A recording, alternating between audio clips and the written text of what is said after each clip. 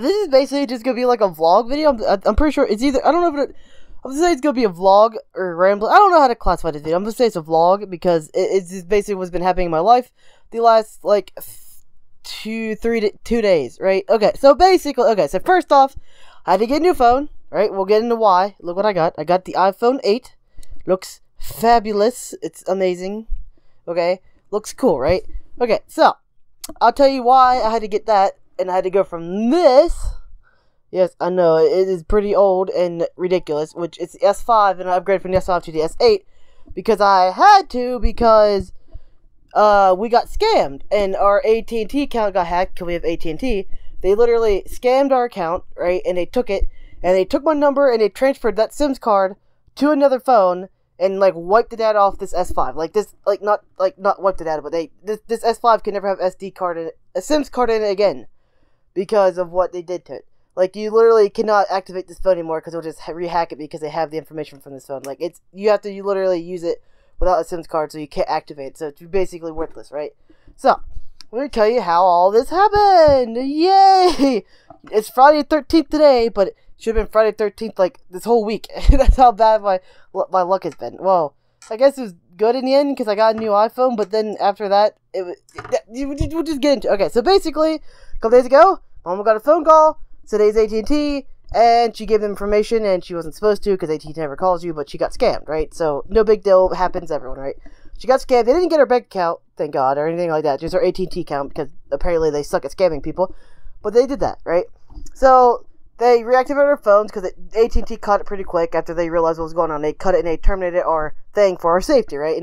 But before that, they took my number. Just my number. Out of the 3 people in the line, just my number. Like, why just my number? Like, I don't understand it. Stupid. They took my SIMS card, like, the SIMS, everything out of my phone, so I never activated again, right? They destroyed that phone for life. So, yeah. Funny. They suck at hacking. They didn't get no money or nothing, but they got a worthless number for a couple days. Or a few hours. It was like 5 hours before at&t caught it, which thankfully they did, and they didn't get anyone else's number. So, went to an at&t store, right? Which there is no at&t store around here, so we have to go to one at Walmart, which is like at&t, SO, Sprint, all of them combined. And they carry all the phone lines, and you can choose to carry one, and you can go through them, right? But yeah, so basically we went there, and they was like, yeah, we can't reactivate your phone because they'll just hack it again, especially with that same SIM card. And it's like, really? So we had to buy a new phone. We didn't buy it outright because we can't afford it, but we had to pay like so much money a month, and in 30 months we'll own the phone, right? I mean, I own the phone now, but it's like, yeah. Well, granted, my parents were not happy about this because they didn't know what to do with it. But I need a phone because I'm here by myself all day, and I could break my leg again and never be able to call for help or anything like that. So I kind of need a phone to, reach the outside world, stuff like that. So, on that note, what was I going to say? So, yeah. So we went there, got my iPhone, right? I love the phone. I love iPhone. I like it better than Android. I just got the Android because it was cheap, because it was a free phone. I needed a phone because my iPhone 5 that I had before the S5, the iPhone 5 literally split apart in like the screen file, and it wouldn't hold a charge for, literally if you took it off charge, it would literally die in like 2 seconds. It was ridiculous. Funny. Bad phone, right? It was messed up in the end. I beat it through hell and back because I use my phone a lot. So, got my iPhone. I got home, right? When I activate the phone, you have to put in the passcode, right? But I'm used to like the 4-digit passcode, so it's usually like da-da-da-da-da-da, right? But this one added 2 new numbers, right? And so I was like, okay, I'll just add my fingerprint scanner and I'll never be getting the phone, right? I'll just use my fingerprint all the time. So I was like, okay, let's use my fingerprint and set the passcode and blah, blah, blah. I just put in some random numbers, right? Well, I came to realize that, yeah, what if I turn my phone off and it won't let me use my fingerprint scanner? I won't be able to get on my phone. So I go into the settings, right? And I try to change the passcode. I try to remember what numbers I pressed, right? Because I vaguely remember what I pressed, right? But I couldn't remember the last 2 numbers. So I was like, So apparently, you can lock you out of your iPhone while you're in the iPhone. Because my iPhone was locked, but it was open. Like, I could do everything with it, but it was locked, and I could still open it. But once I put it to sleep and woke it back up, then it locked me out forever.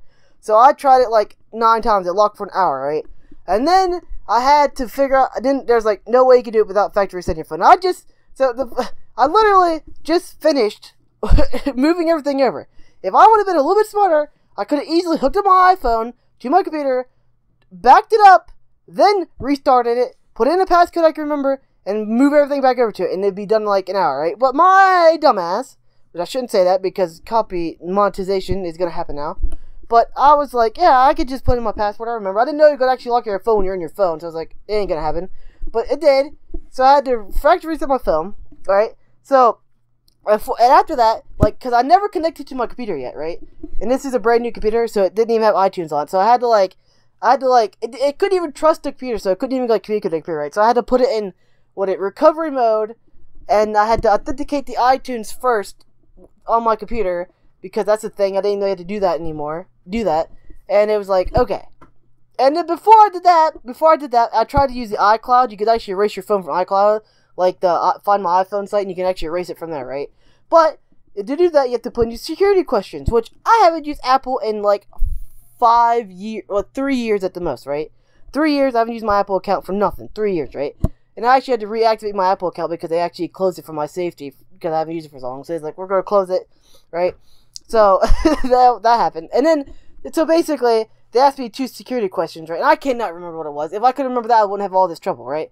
So I couldn't remember that, so I was like, I almost had to call Apple support, and then you know how bad that is. You'd be in a phone for freaking hours, or take it back down to AT&T's place and have them back to reset there.